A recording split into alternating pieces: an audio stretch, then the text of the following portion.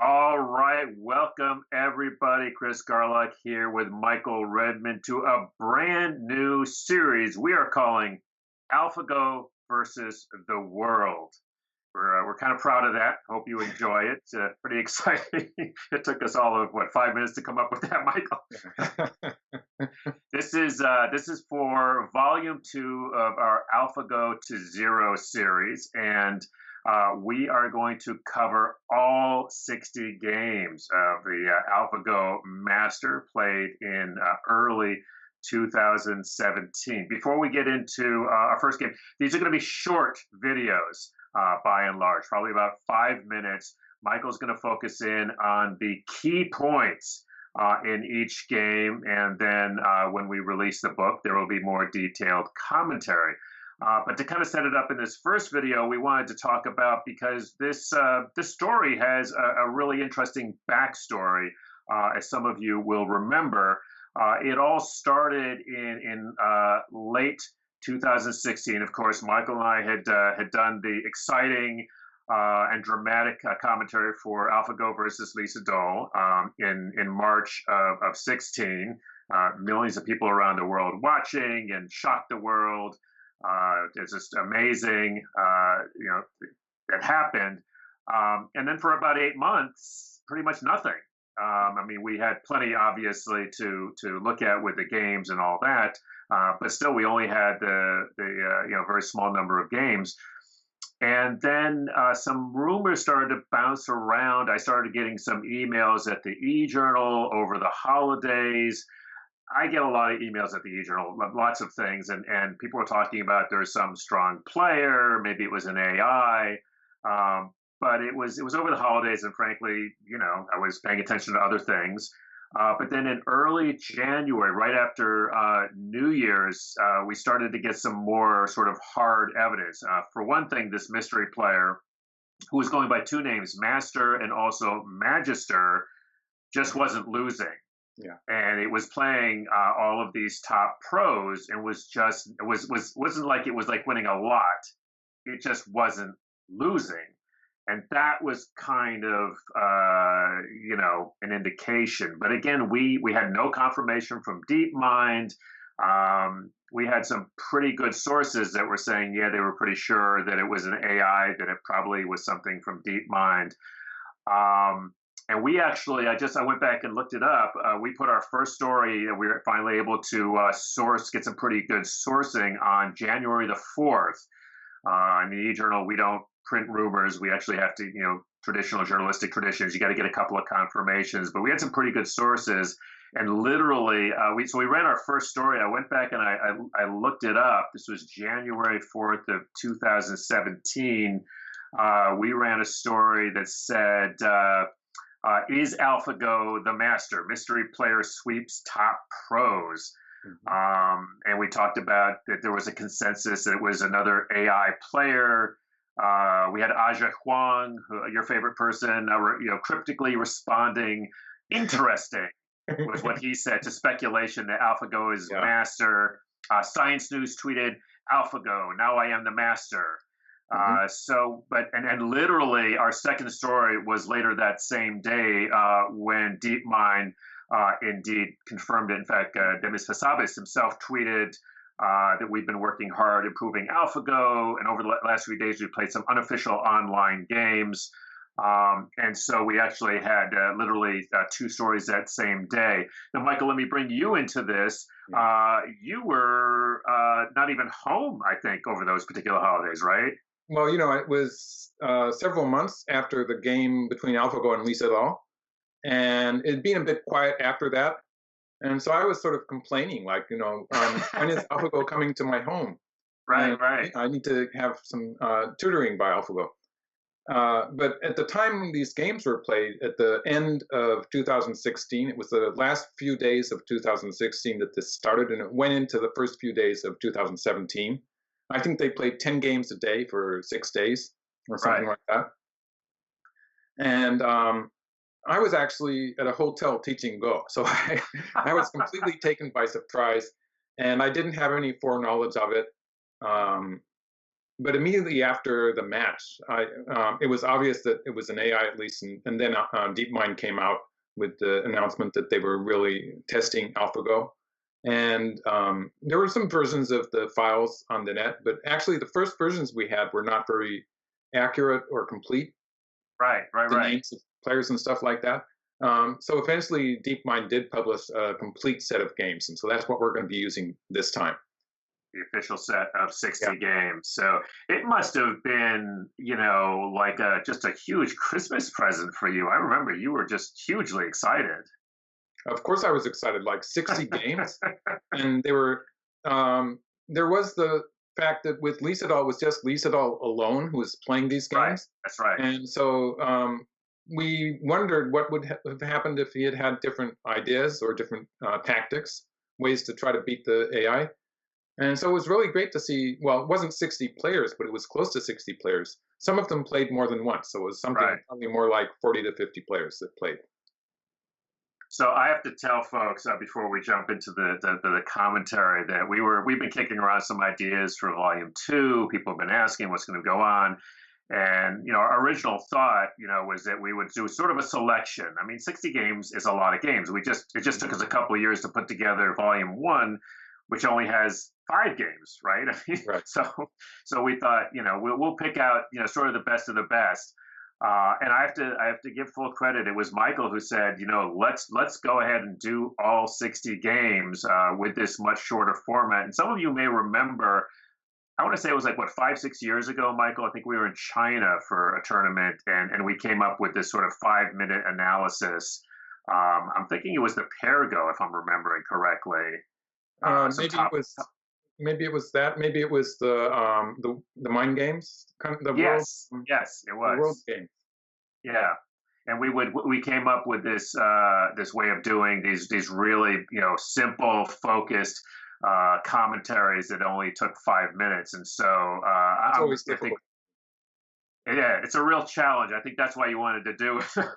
How do you boil it down? So I think it's going to be a lot of fun. I think especially for those of you that have been seeing our AlphaGo versus AlphaGo live commentaries, which have been running close to 2 hours recently, actually. Right. So these are going to be a bit of a change of pace. It's going to the challenge for us, of course, is to keep the sharp focus. But I'm sure that Michael is up to it. Speaking of which, so the format we're going to follow is that we'll introduce the players and a little bit about the player. Michael will talk a little bit about their style. So this is also going to be a good opportunity to meet a bunch of players who you may or may not have heard of. So with that said, why don't you tell us about this first player? Okay. The first player to play AlphaGo was Tingyu, and he was a one-dan professional. Born in Taiwan in 2001. So he's something like 15 years old at the time of this game. And I think that I'm seeing here a pattern where the Chinese Go Association maybe had some foreknowledge of AlphaGo coming on the scene, and they're giving young players a chance to play. And this is just a kind of a hypothesis I have. There's no proof of it at all. But I have the feeling, just looking at the players playing, that they're starting with very young players, and they don't really know if this player is going to be a world champion or maybe just a top player. They are bringing some very good players, but consistently we're seeing players who have a lot of potential. But the first players to play are very young, and I think they're giving the younger players a chance. And then later on in the series, you're going to see some world famous players come in after they see that this is the real thing, maybe. And that's what's going to be sort of cool about this whole series, because you really sort of get this feeling of sort of one top player after another sort of just flinging themselves. And then folks will remember too that we have done some commentaries on some of these in the past. And that's another reason why these 5-minute commentaries are going to be kind of fun for us, because we sort of have to really boil it down. But that's one of the things I liked about this series was you just got this, as Michael was saying, we'd only seen AlphaGo or Fan Hui before him. So really only 2 players had a chance. And now all of a sudden we had all of these players with all of these different styles. Yes. However, the one thing, and this is the other reason I think you wanted to do this, is that they pretty much all never had much of a chance. Yes, just like very early in the games, AlphaGo is going to take control, and it's right. going to have established a lead. And the games that were dangerous were actually the games where AlphaGo allowed it to become relatively close. And I think AlphaGo must have been at that. Well, I'm pretty sure AlphaGo was functioning with a 7.5 point Komi, while Mm, these games on the internet servers were set up as 6.5 point Komi. And so there I was see. a 1 point difference there. So there's a possibility that there could have been a mistake there made by AlphaGo that would lose the game by half a point or something. But that didn't happen. There is a difference in the system there with the Japanese style counting system and the Chinese style system that probably made it pretty unlikely. But there was the possibility there, which Cool. almost happened but didn't. Like we saw some games go to half point difference. And those are kind of exciting games. Cool. All right. So with all of that said, and this initial one will go a little bit longer than usual, but why don't we go ahead and jump into the commentary on this first game? Sure, I've been waiting for you to say that. And I should add that Tingyu, he was a shodan at the time. Now he's in 2020, he's a four-dan professional. Aha. Good. So Tingyu, and excuse my pronunciation of the Chinese names, I'm pretty bad at that, but it's as good as I can do. And Tingyu has the black stones, and I'm not spending much time introducing white because white is AlphaGo, and it's going to be AlphaGo every time against the human. So this is at this point it's calling itself Magist, I think, and this is probably the first name it was using at the end of 2016, and then after that it changes to Master.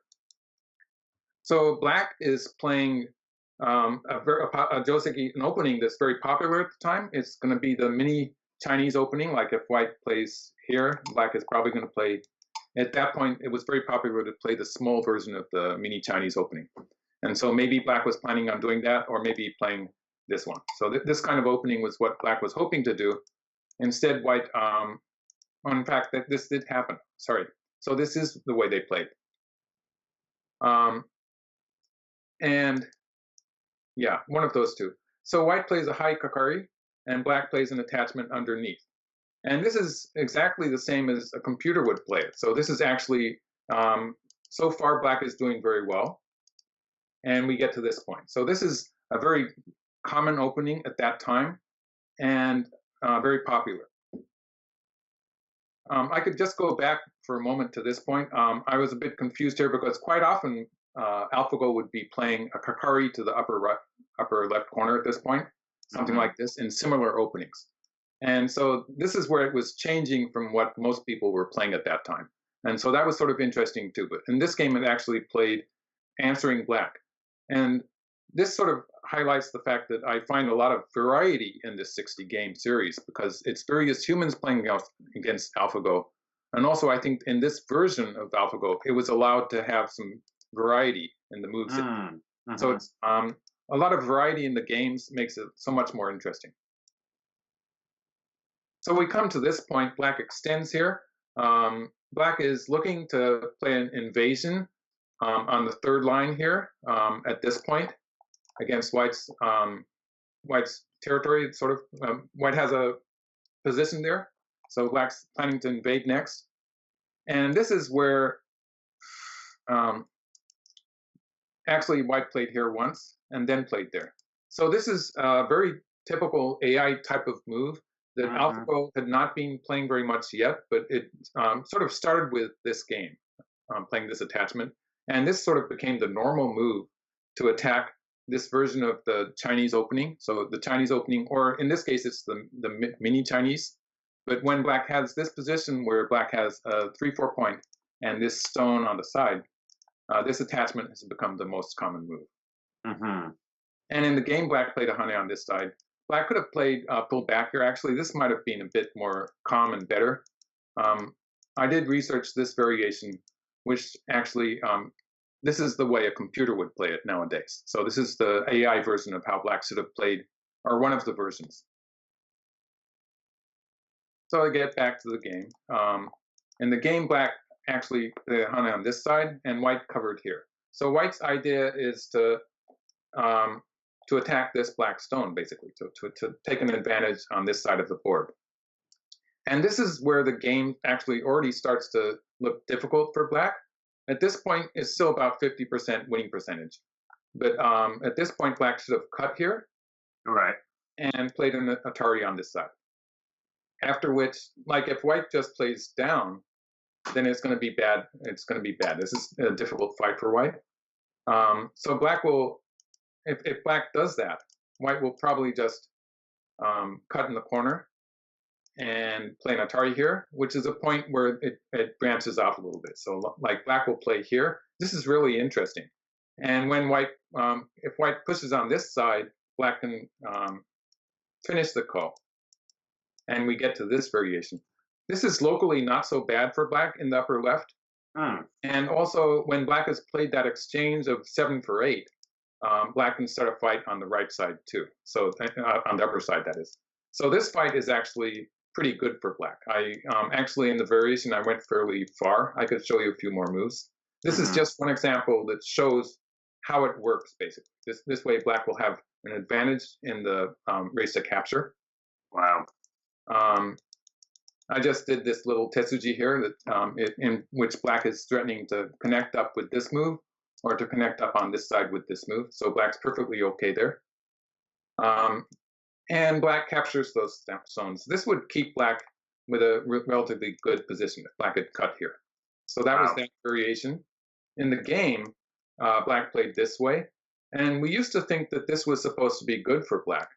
But in this case, this black stone is being surrounded here. And is probably a slight advantage for white. Actually, at this point of the game is starting to look good for white.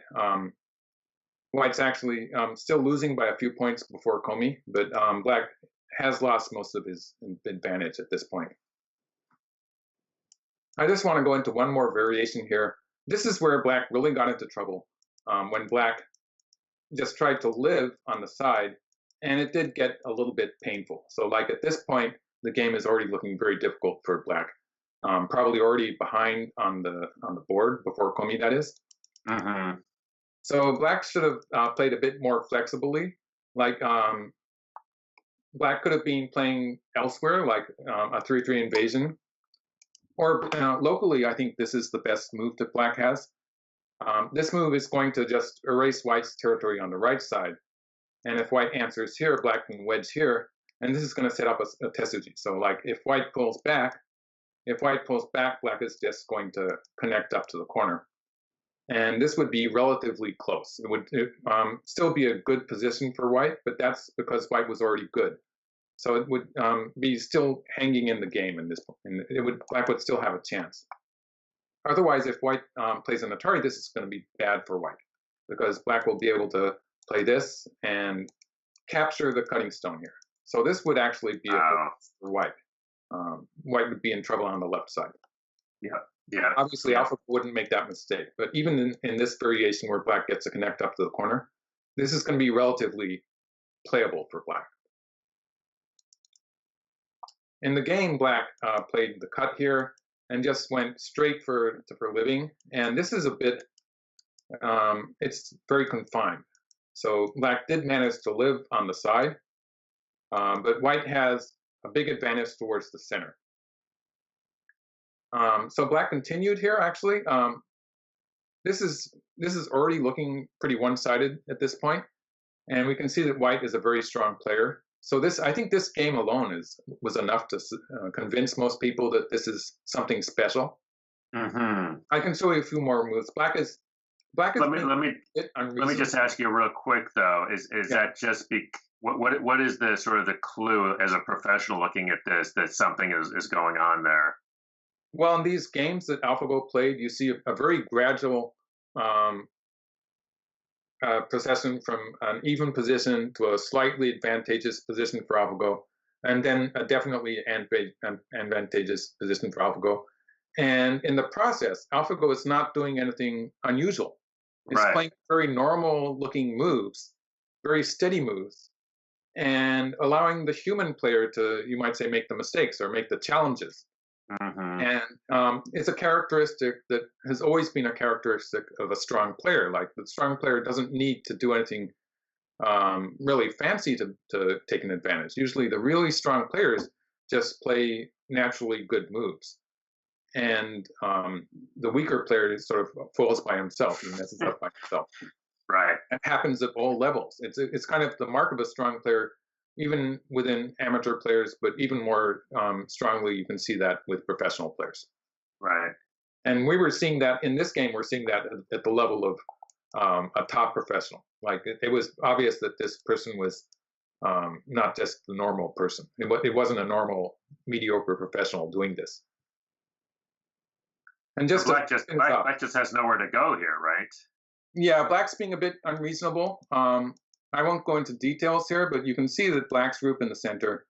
White's pretty much alive on the upper side. I'm talking about this white group. This white group has some space there to make two eyes. This white group on the left, if White takes that black stone, White's going to be alive. So that group's okay also. And so Black is not really Black's group there in the center of the board is more of a target than functioning as an attack. And Black's trying to surround White, but this was the final move where White's lead actually gets bigger when White takes the side. Black probably had to be a bit more active on the lower side, but it was already a very difficult game for Black. And this is the pattern where I'm seeing in these games where once Black makes the first small mistake, the winning percentage doesn't go down so much the first time, but it suddenly becomes a position where it becomes gradually difficult, more and more difficult to find good moves. When a human player is naturally trying to create a position where he has an advantage, or where the human player has an advantage, you have that sort of instinct to try to create a good position. Hmm. And when it's just not there, it's very hard to find the correct move sometimes. And it's hard to find good moves in these positions. And so it gets easier and easier for the human player to go wrong. Right. Right. It's sort of interesting because I remember, when the games that we looked at, where the play would go on, but you'd be like, yeah, but this game is over. It's just It's done. pretty nice. Right. Cool. All right, so that is game one of our new series, AlphaGo versus the world. Again, we will have more detailed commentary in the SGF file when we come out with the book, so stay tuned for that. Michael, thank you. This is fun, this is exciting, and we will see you guys for our next game. Thanks very much for watching.